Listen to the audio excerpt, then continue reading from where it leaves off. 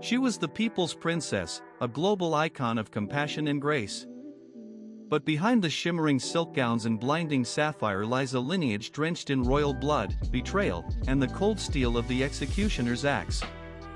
Forget castles and fairy tales, we're diving deep into the dark, bloody heart of Princess Diana's ancestry, straight back to the most terrifying, ruthless dynasty England ever knew, the Tudors.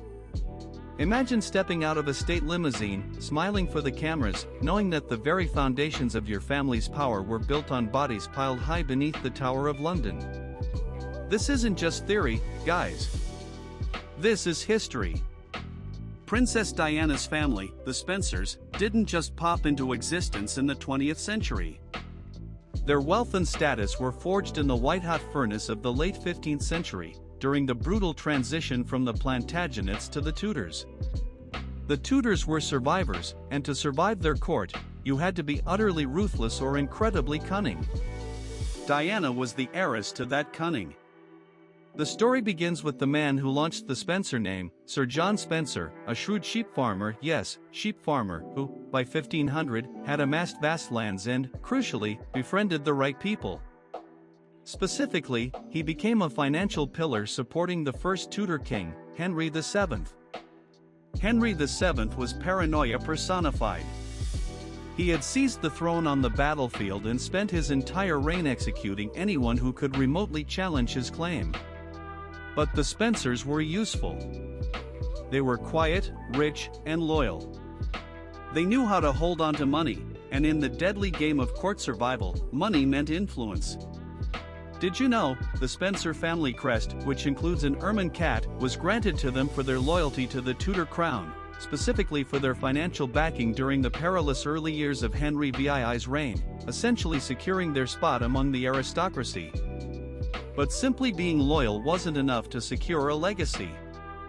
You had to have blood ties to the center of power, and that center soon belonged to the monstrous, magnificent figure of Henry VIII, son of the first Tudor. If you want to understand the darkness flowing through Diana's inherited history, you have to look at the powerful aristocratic families who intermarried with the Spencers, families like the Howards. The Howards were the royal bloodline adjacent, the ones who supplied Henry VIII with two of his doomed queens, Anne Boleyn and Catherine Howard. Picture the court of Henry VIII in the 1530s. The air wasn't just scented with imported spices and expensive perfumes, it reeked of ambition and a terrifying, palpable fear. Every whisper was noted, every casual remark could be twisted into treason. The silence in the dining hall before the king entered was heavier than velvet, pregnant with the knowledge that one wrong glance could cost you your head. Diana's ancestors were seated at those very tables, playing the game. They watched as Henry, in his terrifying, self-righteous wrath, destroyed whole families. Let's talk about Anne Boleyn. Anne, whose beauty and wit had dazzled Europe, fell from grace faster than a dropped chalice. Her uncle, Thomas Howard, the Duke of Norfolk, was one of the most powerful men in England, and through him, the Spencers were intimately connected to this catastrophe. When Anne was arrested, the shock waves didn't just rattle the tower, they threatened every noble house linked to her. Imagine the day of Anne's execution in May 1536. It wasn't a sudden, messy affair, it was an agonizing ritual. Diana's great-great-great ancestors would have been ordered to attend, or at least informed instantly. They would have heard the quiet crunch of the straw beneath the executioner's shoes, seen the French swordsman, Henry, ever the tyrant, wanted a clean, foreign blade, standing ready. The moment Anne knelt proud, desperate, and utterly alone was the moment the nobility learned the absolute cost of failure under the Tudors. The lesson was simple: loyalty is temporary, and the king's love is fatal. Survival meant sacrificing others. It meant turning a blind eye when your cousin was dragged to the block. It meant quickly marrying into the family that benefited from the purge. And Diana's line did exactly that, weaving themselves into the fabric of the succeeding Protestant regimes, profiting from the downfall of their Catholic relatives. They became experts in political shapeshifting. The sheer scale of the bloodletting is often forgotten.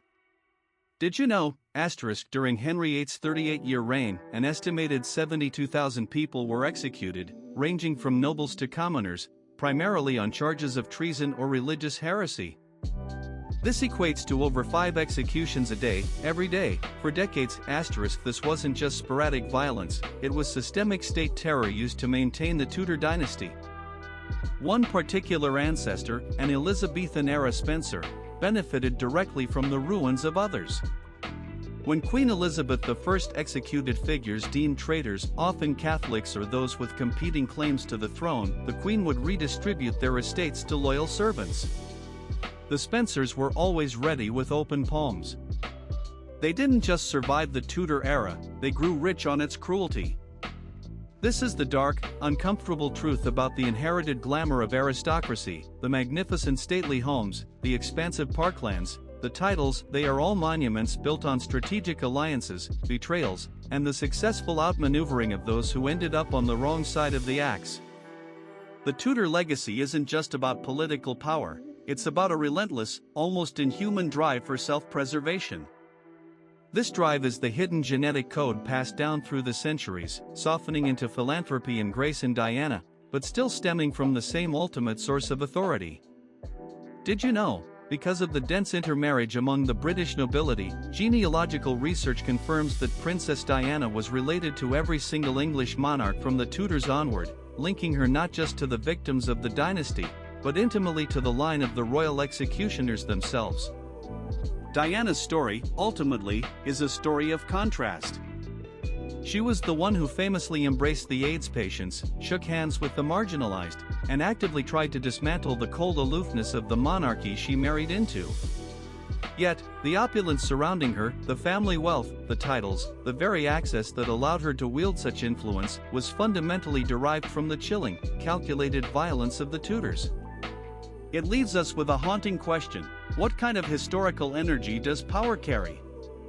When we celebrate the glamour of royalty, we are implicitly celebrating a legacy forged in iron and refined in blood. Princess Diana represented a profound modern yearning for kindness and humanity, but she stood on foundations laid by ancestors who mastered the ancient, terrifying art of survival. The echoes of the Tower, the silent command of the Tudor monarchs, and the fear of the blade, they are all woven into the very tapestry of her extraordinary, and tragically cut short, life.